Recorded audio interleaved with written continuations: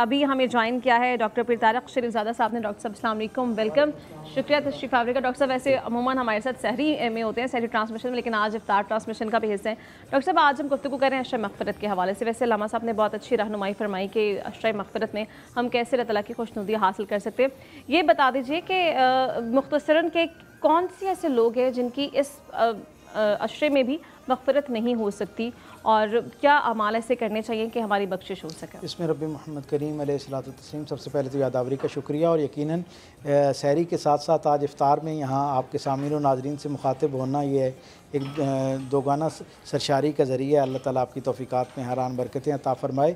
یہی سوال جو آپ نے مجھ سے کیا کہ وہ کون سے لوگ ہیں جنہیں رمضان المبارک جیسے عظیم المرتبت رحمتوں، برکتوں، سعادتوں، سعادتوں والے مہینے میں بھی محرومی کا شکار ہونا پڑتا ہے، وہ کون سے لوگ ہیں؟ یہی سوال جناب حضرت حسن بصری سے کسی نے کیا کہ کون سے لوگ ایسے ہیں جنہیں اس مہینے سے بھی جو ہے وہ کوئی فائدہ نہیں ہو پاتا۔ تو آپ نے فرمایا کہ میں نے بہت غور و فکر کیا، اور اس کے بعد میں اس نتیجے پہ پہنچا کہ صرف وہ شخص جو غفلت کا شکار ہے، اور دوسرا وہ شخص کہ جسے اللہ کی رحمت کے سے جو مایوس ہو چکا ہے، یعنی جو یہ تصور ہی نہیں کر پاتا کہ اللہ کی رحمت کا دروازہ اس کے لیے بھی کھلا ہوا ہے سوائے ان دو لوگوں کے، یعنی ایک وہ جو ذہنی طور پر ہار مان چکا ہے اپنے گناہوں سے، اور وہ اللہ کی رحمت کی طرف اس کا کوئی تصور قائم ہی نہیں ہو پاتا، امید ہی نہیں بن پاتی، ایک وہ آدمی، اور دوسرا جو کہیں اللہ کی رحمت پر یقین تو رکھتا ہے لیکن غفلت کے اس درجے پر شکار ہے کہ اسے توفیق نہیں مل پاتی۔ اس کے علاوہ باقی ہر وہ شخص جو اس مغفرت کے عشرے میں اپنی توبہ اللہ کے سامنے پیش کرتا ہے،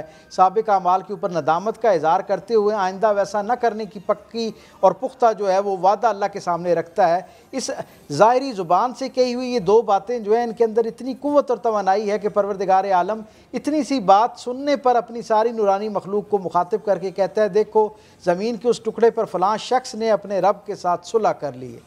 آپ تصور کریں کہ میرے لیے یہ ایک توبہ کا صرف معاملہ ہے، لیکن اللہ کے ہاں یہ کتنی یعنی خوشگوار احساس کے ساتھ یہ میری ندامت پہنچتی ہے کہ اللہ کہتا ہے میرے ایک بندے نے مجھ سے صلح کر لی ہے۔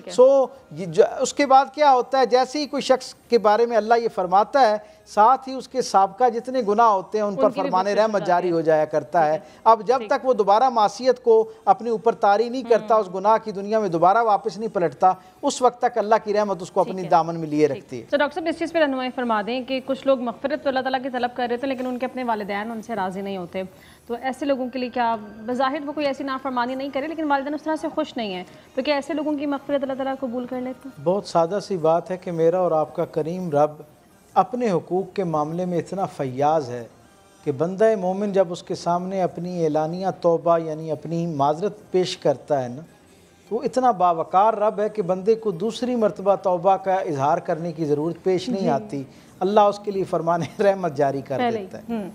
لیکن یہ معاملہ ہے حقوق اللہ کے ذیل میں، جب کوئی شخص اللہ کے حقوق میں کہیں کوتاہی کر بیٹھتا ہے، اس پر جب ندامت کے اظہار کے ساتھ آئندہ ویسا نہ کر، اس غفلت کا مرتکب نہ ہونے کا پکا وعدہ جب اللہ کے سامنے رکھتا ہے نا، جسے توبہ کہتے ہیں، اس پر فرمان رحمت جاری ہو جاتا ہے۔ لیکن جو حقوق العباد کے ذیل میں معاملات ہیں، جب تک ان بندوں سے جن کے آپ کے ہاتھ سے جن کی حق تلفی ہو چکی ہے، جب تک ان کا دل آپ کی طرف سے صاف نہیں ہوتا، حقوق العباد کے معاملے میں معافی کا وہ تصور نہیں ہے جو حقوق اللہ کے معاملے میں۔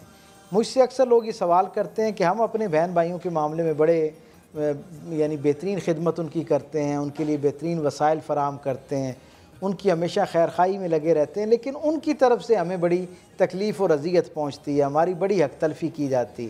میں ان کے حقوق پورے کرنے کی ہر دم کوشش میں لگا رہتا ہوں، بلکہ حسن سلوک اور ایک درجہ احسان پہ جا کے معاملہ کر رہا ہوتا ہوں، ان کی طرف سے میرا بڑا دل دکھایا جاتا ہے، میری بڑی حق تلفی ہوتی ہے۔ تو میں ایک بہت سادہ سی بات ان کے سامنے رکھا کرتا ہوں کہ بھائی یہ جو آخرت کا معاملہ ہے نا، اس میں انہوں نے میرے ساتھ کیا زیادتی کی ہے، یہ میرے پرچے کا سوال ہے ہی نہیں ہے، یہ سوال آخرت میں ان سے پوچھا جانا ہے۔ مجھ سے یہ پوچھا ہی نہیں جانا کہ میرے بھائی کا میرے ساتھ کیا حسن سلوک تھا، مجھ سے تو یہ پوچھا جائے گا کہ تم نے ان کے ساتھ کیا حسن سلوک کیا ہے، اور یہ حسن سلوک یعنی حسن سلوک کے جواب میں آنے والے خیر سے مشروط کرنا نہیں ہے، بلکہ خالص اللہ کی رضا کے لیے کرنا ہے۔ میں تو یہ سمجھتا ہوں کہ جب آپ کسی کے ساتھ حسن سلوک کرتے ہیں اور آگے سے بدلے میں حسن سلوک ملتا ہے تو ایک درجے کا ثواب ملتا ہے، اور جب آپ کسی کے ساتھ حسن سلوک کرتے ہیں اور آگے سے ویسا خیر خواہی پر مبنی جواب نہیں آتا تو اب آپ کا یہ حسن سلوک زیادہ خالص ہو جاتا ہے، کیونکہ اب یہ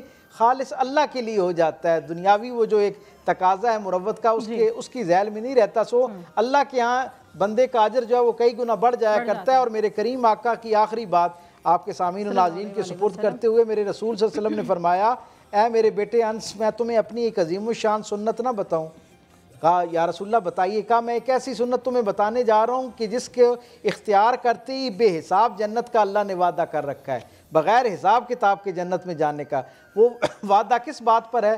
سرکار ختمی مرتبت نے فرمایا کہ تم ہر رات اللہ کی ساری مخلوق کی طرف سے اپنے دل کو صاف کر کے سو. سو یہ جو حسن سلوک کا معاملہ ہے، یہ جو معافی مانگنے اور معافی دینے کا معاملہ ہے، یہ اتنا عظیم المرتبت ہے کہ بندے کو بغیر حساب کتاب کے جنت کا مستحق قرار دے دیتا ہے. آپ نے بتایا کہ قطع رحمی اور صلہ رحمی کے حوالے سے ہمارا دین کیا کہتا ہے، لیکن صلہ رحمی میں بھی یہ بتا دیجئے کہ کہاں تک صلہ رحمی کرنی ہے؟ اپنا نقصان تو نہیں کروانا صلہ رحمی کے اس میں؟ اجر تو تبھی ملتا ہے کہ اگر نقصان بھی ہو جائے تو کھنے. صلہ رحمی اسی چیز کا نام ہے.